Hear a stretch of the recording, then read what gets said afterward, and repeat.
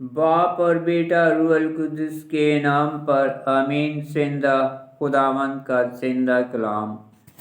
دوسرا ملوک نبی کی کتاب، اس کا 11 باب۔ اتیلیہ یہودا کی ملکہ۔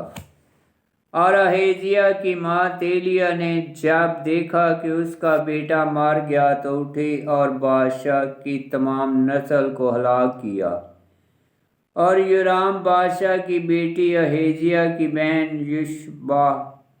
نے یواش بن احزیہ کو لیا اور بادشاہ کے بیٹوں کے درمیان سے جو مارے گئے اسے اس کی دائی کے پلنگ کمرہ میں رکھا اور اتیلیہ کے سامنے سے چھپایا تو وہ مارا نہ گیا، اور وہ اس کے ساتھ خداوند کے گھر میں 6 برس چھپا رہا، اور اتیلیہ ملک پر سلطنت کرتی تھی۔ اور جب 7واں برس ہوا تو یہودا نے قاریوں اور محافظوں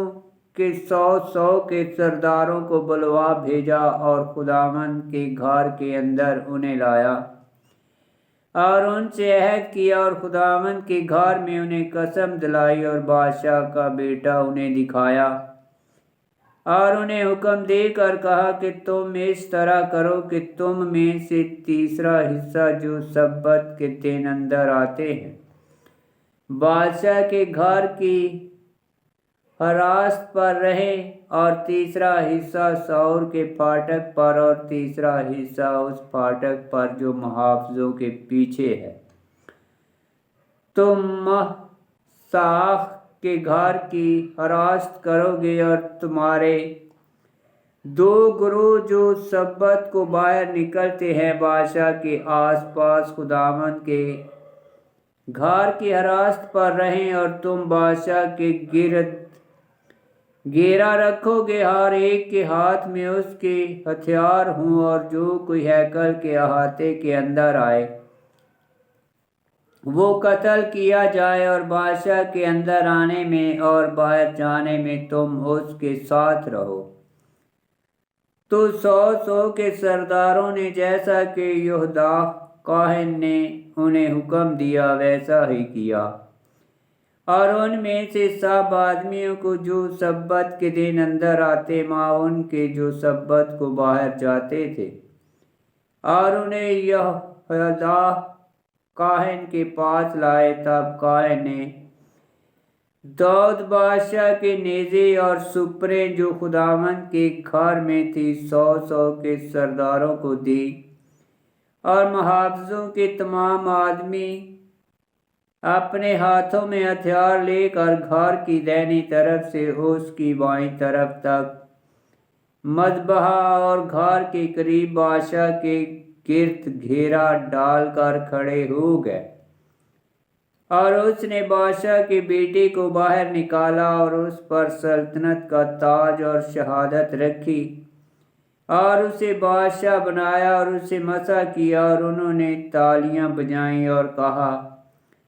بادشاہ جیتا رہے۔ اور اتیلیہ نے محافظوں اور لوگوں کا شور سنا تو لوگوں کے پاس خداوند کے گھر میں آئی،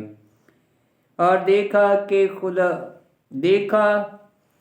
کہ دستور کے موافق بادشاہ منبر پر کھڑا ہے، اور رئیس اور نرسنگا بجانے والے بادشاہ کے نزدیک ہیں، اور سب لوگ خوشی کرتے اور نرسنگے پھونک رہے ہیں۔ تو اتیلیہ نے اپنے کپڑے پھاڑے اور چلائی،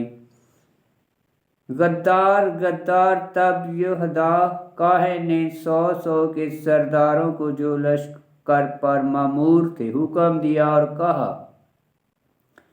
کہ اسے ہیکل کے احاطے سے باہر نکالو، اور جو کوئی اس کی پیروی کرے اسے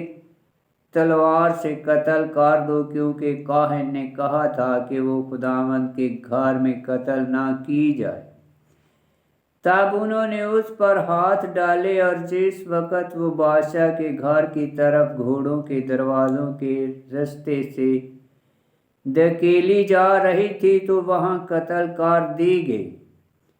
اور یہودا نے خداوند اور بادشاہ اور قوم کے درمیان عہد باندھا کہ وہ خداوند کی قوم ہو، اور یوں ہی بادشاہ اور قوم کے درمیان اور مملکت کے سب لوگ بال کے مندر میں گئے اور اسے ڈھایا اور اس کے مذہبوں اور اس کے ستونوں کو چکنا چور کیا، اور بال کے کاہن متان کو ذبح کے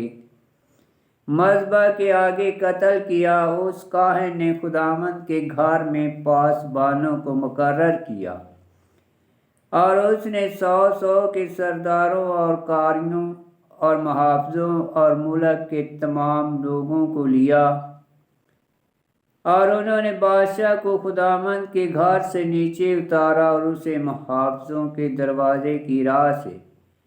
بادشاہ کے گھر میں لائے، تو وہ سلطنت کے تخت پر بیٹھا، اور ملک کے سب لوگ خوش ہوئے اور شہر میں امن ہو گیا،